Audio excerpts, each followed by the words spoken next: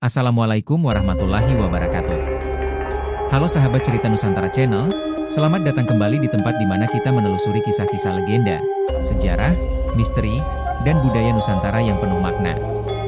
Jangan lupa subscribe, like, share, dan tuliskan komentarmu agar kami terus semangat menghadirkan kisah-kisah menarik dari seluruh penjuru negeri. Dan sekarang, mari kita simak bersama sebuah kisah yang penuh sejarah dan keajaiban ini. Warisan Cahaya. Bertahun-tahun setelah Dua Linui meninggalkan jejaknya, bukit bercahaya tetap bersinar, namun cahayanya mulai meredup. Para tetua desa berkata, keseimbangan mulai goyah. Di kaki bukit, hidup seorang pemuda bernama Ragawiranta, yatim yang sering memandangi puncak dari kejauhan. Ia tak pernah melihat cahaya itu secara langsung, tapi setiap malam bulan purnama, dadanya terasa hangat, seolah bukit itu memanggil. Suatu malam, dalam tidurnya, ia mendengar bisikan. Jika kau ingin tahu arti cahaya, jangan hanya memandang, tapi mendaki.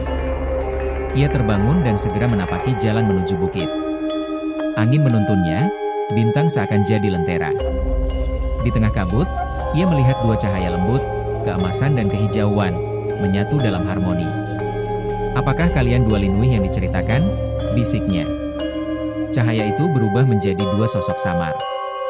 Kami menjaga keseimbangan, tapi manusia mulai lupa pada hatinya. Kata salah satu. Kau terpilih bukan karena kekuatanmu, tapi karena ketulusanmu. Namun dari lembah, muncul kabut hitam dingin, bayangan keserakahan manusia. Raga gemetar, tapi ia memejamkan mata dan mengingat pesan lama. Linui sejati bukan kekuatan yang kau tunjukkan, melainkan kedamaian yang kau sebarkan. Ia menarik napas, dan cahaya dari dadanya memancar, memudarkan kegelapan. Bukit kembali bercahaya, lebih lembut dari sebelumnya. Dua sosok Linui tersenyum. Cahaya tak pernah padam. Kini ia hidup di dalam manusia yang mengerti. Mereka lenyap bersama angin purnama. Saat fajar menyingsing, Raga turun dengan langkah ringan. Penduduk desa melihat sinar halus di sekelilingnya, menenangkan siapapun yang memandang. Sejak hari itu, bukit bercahaya bersinar bukan hanya dari tanah, tapi juga dari hati manusia yang mendaki dengan niat suci. Dan nama Ragawiranta pun dikenang sebagai pewaris cahaya Linui. Bayangan di bawah cahaya.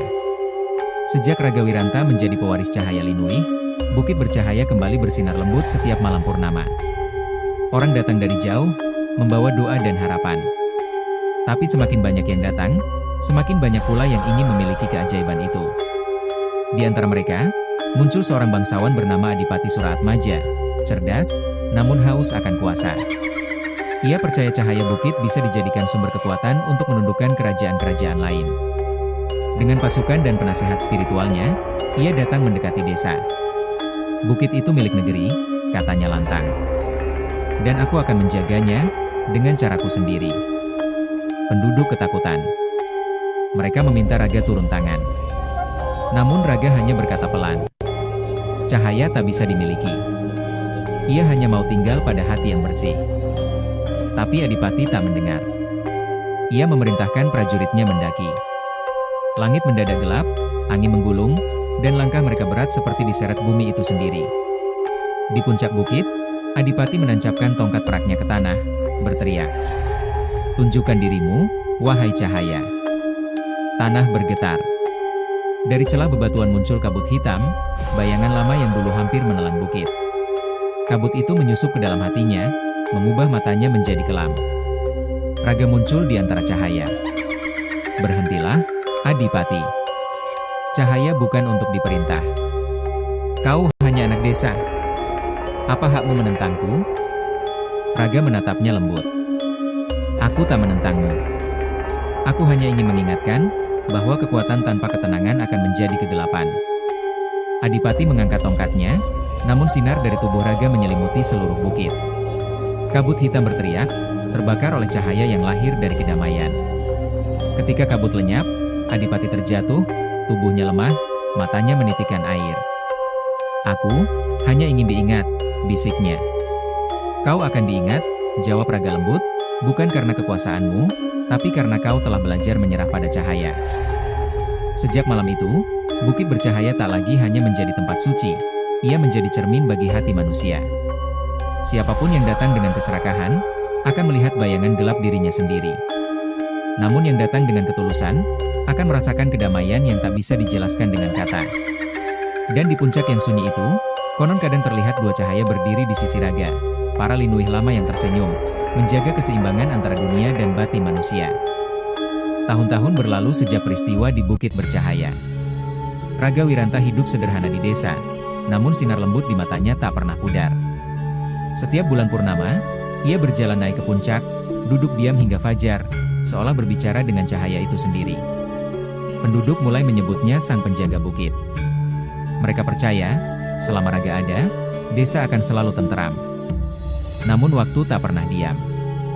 Pada suatu malam yang aneh, langit tampak redup, bulan terhalang awan kelam. Raga merasakan sesuatu berubah. Bukit bergetar halus, dan dari arah utara tampak kabut asing datang perlahan, membawa hawa dingin dan bisikan-bisikan murka. Dari dalam kabut itu muncul bayangan samar, bukan manusia, bukan roh, tapi wujud dari ambisi manusia yang terus tumbuh dari generasi ke generasi. Ia berbicara dengan suara 1000 bisikan. Selama ada cahaya, akan ada bayangan. Selama ada keseimbangan, akan ada yang ingin merusaknya. Raga berdiri tegak. Jika begitu, biarlah aku menjadi penjaga di antara keduanya.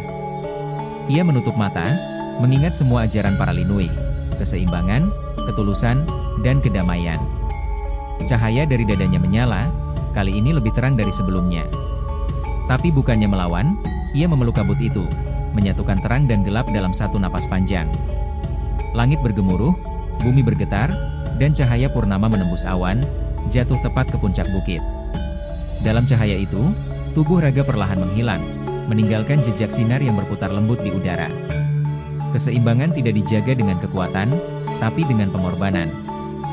Suara Raga bergema lirih sebelum sirna. Saat fajar tiba, kabut telah lenyap. Di puncak bukit hanya tersisa batu bundar bercahaya lembut. Batu itu disebut Watu Linuih, lambang sumpah abadi sang penjaga. Orang-orang yang bermeditasi di sana kadang mendengar suaranya. Jika hati manusia kembali gelap, panggil aku dengan ketulusan. Cahaya akan selalu datang. Sejak itu, Bukit Bercahaya menjadi tempat perjanjian antara manusia dan alam. Tak ada lagi Linuih yang terlihat, namun setiap kali bulan purnama tiba, cahaya puncak menari lembut, seolah Raga masih duduk di sana, menjaga keseimbangan dunia dari balik keabadian. Dan legenda pun berakhir di sana. Bukan dengan peperangan, tapi dengan sumpah cahaya yang tak akan pernah padam. Tahun-tahun berlalu sejak peristiwa di Bukit Bercahaya. Raga Wiranta hidup sederhana di desa, namun sinar lembut di matanya tak pernah pudar. Setiap bulan purnama, ia berjalan naik ke puncak, duduk diam hingga fajar, seolah berbicara dengan cahaya itu sendiri. Penduduk mulai menyebutnya sang penjaga bukit. Mereka percaya, selama Raga ada, desa akan selalu tenteram. Namun waktu tak pernah diam. Pada suatu malam yang aneh, langit tampak redup, bulan terhalang awan kelam. Raga merasakan sesuatu berubah. Bukit bergetar halus, dan dari arah utara tampak kabut asing datang perlahan, membawa hawa dingin dan bisikan-bisikan murka. Dari dalam kabut itu muncul bayangan samar, bukan manusia, bukan roh, tapi wujud dari ambisi manusia yang terus tumbuh dari generasi ke generasi. Ia berbicara dengan suara 1000 bisikan. Selama ada cahaya, akan ada bayangan.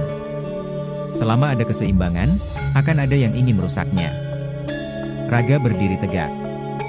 Jika begitu, biarlah aku menjadi penjaga di antara keduanya. Ia menutup mata, mengingat semua ajaran para Linuih, keseimbangan, ketulusan, dan kedamaian.